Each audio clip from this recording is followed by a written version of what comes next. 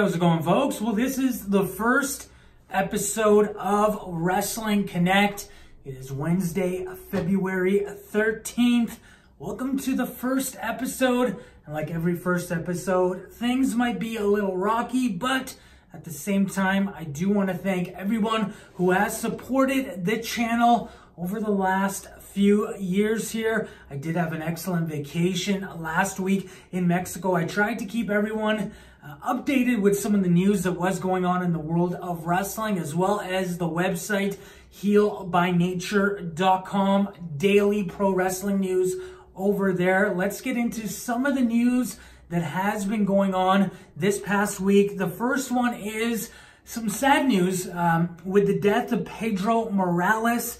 The WWE Hall of Famer did succumb to, I believe it is Parkinson's disease that he was dealing with, and he did pass away at the age of 76. He was the first ever WWE Triple Crown champion. He won the WWF Heavyweight Championship. He also held the Intercontinental Championship as well as the Tag Team Championship alongside Bob Backlund. And it was back in 1995 that Savio Vega did induct Pedro Morales in the WWE Hall of Fame. And the WWE did give him a bit of a tribute on the website as well as a video package, which was nice, as he was considered one of the best Latino wrestlers to ever grace the ring. So definitely send our condolences to the Morales family.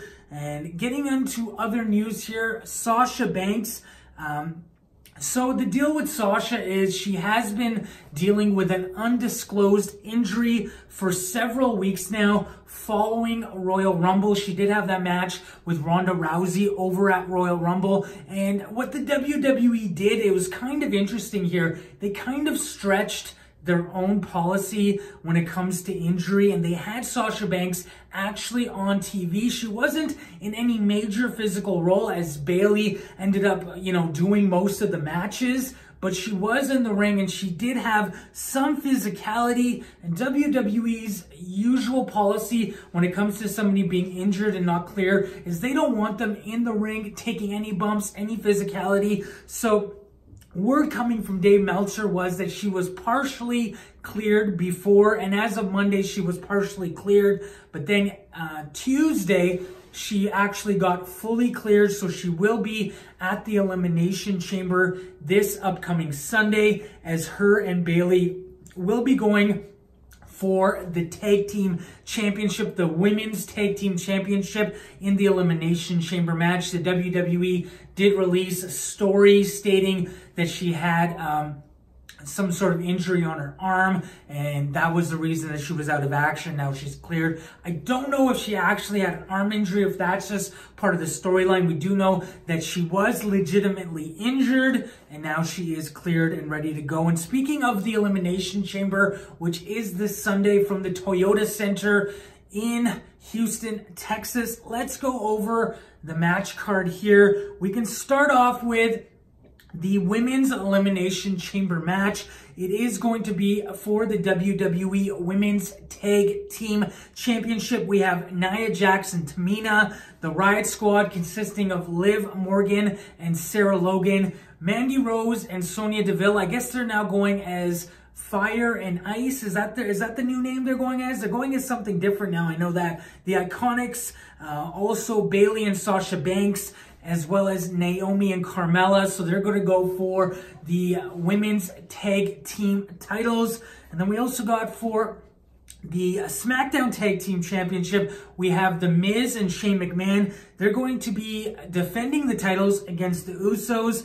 We also have Buddy Murphy defending the WWE Cruiserweight Championship against Akira Tozawa. Also, Ronda Rousey will be defending the Raw Women's Championship against Ruby Riott. We have Bobby Lashley and Lio Rush, who will be defending the Intercontinental Championship in a handicap match versus Finn Balor. We have Braun Strowman versus Baron Corbin. And then we also have the Elimination Chamber match for the Men's WWE Championship. We have Daniel Bryan, AJ Styles Jeff Hardy, Randy Orton, Samoa Joe, and Kofi Kingston. And Kofi Kingston did replace Mustafa Ali, who has been dealing, as per Fightful.com, with a tailbone injury for some time now. And then this past weekend, he did suffer a concussion, so that has taken him out of action. And that is the reason Kofi Kingston did sub into the gauntlet match on SmackDown, which, if you haven't watched that gauntlet match, Kofi Kingston is an Iron Man. He's so good. He did an excellent job there. I do suggest you do check that out. But he is now part of the Elimination Chamber match. And another big pay-per-view that is coming up is for All Elite Wrestling. Let's talk about AEW for a moment here, as their first pay-per-view, Double or Nothing. General admission tickets went on sale Wednesday they went on sale, and then Monday they did have the pre-sale tickets, and today tickets sold out in 4 minutes. And that was for general admission. The pre-sale tickets sold out in roughly about half an hour. So the MGM Grand is going to be full for Double or Nothing. And as far as a match card goes for the AEW show, so far we do have Adam Page versus Pac. We also do have SoCal Uncensored versus the guys from Oriental Wrestling Entertainment, headed by Shima. We have Kenny Omega versus Chris Jericho. We have Britt Baker versus Kylie Ray versus Nyla Rose. We have Cody Rhodes facing someone to be determined. And I guess we'll just have to wait and see exactly who his opponent is, as right now they are teasing that it is a special opponent. They did have an episode of The Road to Double or Nothing where they did show like a promotional poster and it was blurred out. So there is a special opponent for Cody. Who could it be? Obviously, we don't know at this point in time, but there is going to be a special opponent for Cody at All Elite Wrestling Double or Nothing.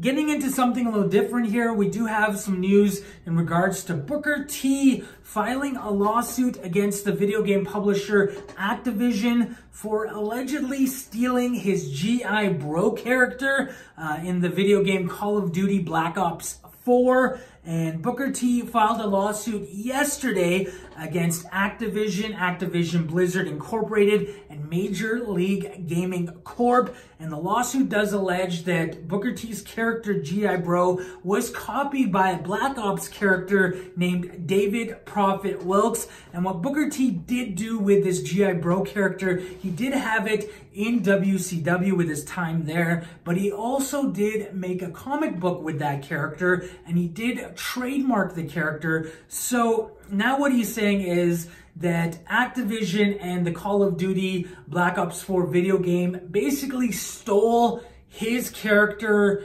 the G.I. Bro character, for their David Prophet Wilkes character. So he did file a lawsuit in Texas, and he wants it to be a jury trial. He's wants Activision to be accountable. He does state that this is something that they blatantly copied off of his G.I. Bro character. So I guess we'll just have to wait and see how that one does pan out.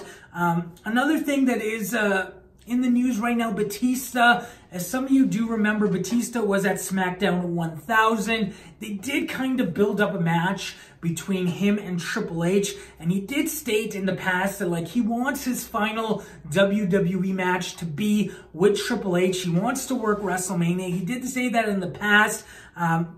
But now he did actually meet with WWE officials last Thursday in Stamford, Connecticut, according to PW Insider. I guess he was talking to them about a possible match. I do know that Triple H is rehabbing right now from his pectoral injury he did suffer at the Crown Jewel pay-per-view. Whether or not he would be ready for WrestleMania, I don't know that. But they could always set something up where they do a Batista versus Triple H at WrestleMania. Another interesting thing is All Elite Wrestling actually does have some interest in Batista, as per Pro Wrestling Sheet. And Chris Jericho did post quite an interesting photo on Instagram. Beside Batista, I guess Chris Jericho was filming a podcast with Batista. I'm sure they did talk AEW as well. I'm not sure if Batista will actually, do something with the AEW, or if he's using that as kind of a bargaining chip against the WWE, maybe to get a little extra cash. I guess we'll just have to wait and see on that one. In other news, unfortunate news for TJ Wilson, also known as Tyson Kidd, at SmackDown. His car was stolen, his rental car. So he did tweet out stating, like his car was stolen in Toledo. And that was at the Huffington Center in Toledo during SmackDown. Tyson Kidd, or Tyson Wilson, he is a backstage producer for the WWE. Obviously, he can't wrestle anymore. And this isn't the first time WWE stars have had issues with either break-ins in their vehicles, things stolen, things like that. Last year, Lince Dorado and Cedric Alexander had the rental car broken into in Minneapolis. Heath Slater and the Ascension had something similar happen back in 2017. Naomi as well during their Survivor Series in 2017. AJ Styles had all these electronics stolen back in 2017, as well as Xbox, all kinds of, I believe maybe like a tablet, things like that. So it's something that does happen to WWE stars. For the most part, every time I've been to say a house show or a live event, they usually do have special parking for the WWE talent. But at the same time, sometimes the talent have to find their own parking. So I'm not sure what happened there with TJ Wilson, but his car was stolen in Toledo. And just to, wrap it up here with the final piece of news, it is Kevin Owens, and he is scheduled to return back to the WWE in the next month or so. They did play a vignette from him in a bowling alley, and his son was there. And actually, new Performance Center signees, Tag Team 3.0, some of the guys from Quebec who just signed with the WWE, they were actually in the video as well in the background.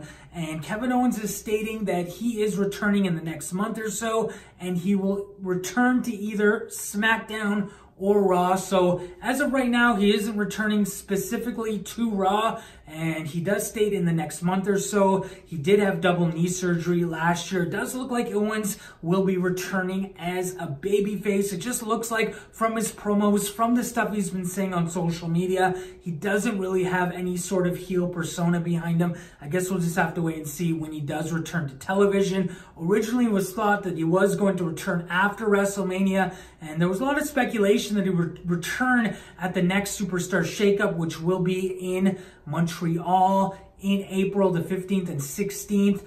So it would be perfect for him to return, in his home province. But at the same time, I guess they want him to return before Mania. Maybe set up a match for him at Mania against somebody. But as always, that is Wrestling Connect for this week. Hope you enjoyed the first episode. This will be a weekly thing. I'm not sure if it's going to be every Wednesday or if we're going to switch it to on the weekend. I'm going to still try to do periodical, news update videos as well. But for all the daily news, healbynature.com. I did mention in the past that we are dealing with some stuff behind the scenes with YouTube. Whenever I get some sort of more information in regards to that, I'll definitely keep you guys posted. Hopefully we can have even more videos on the channel. As always, drop me a DDT, that like button, hit subscribe. Don't forget to join the notification squad to be notified of new videos, and you have yourself a great day.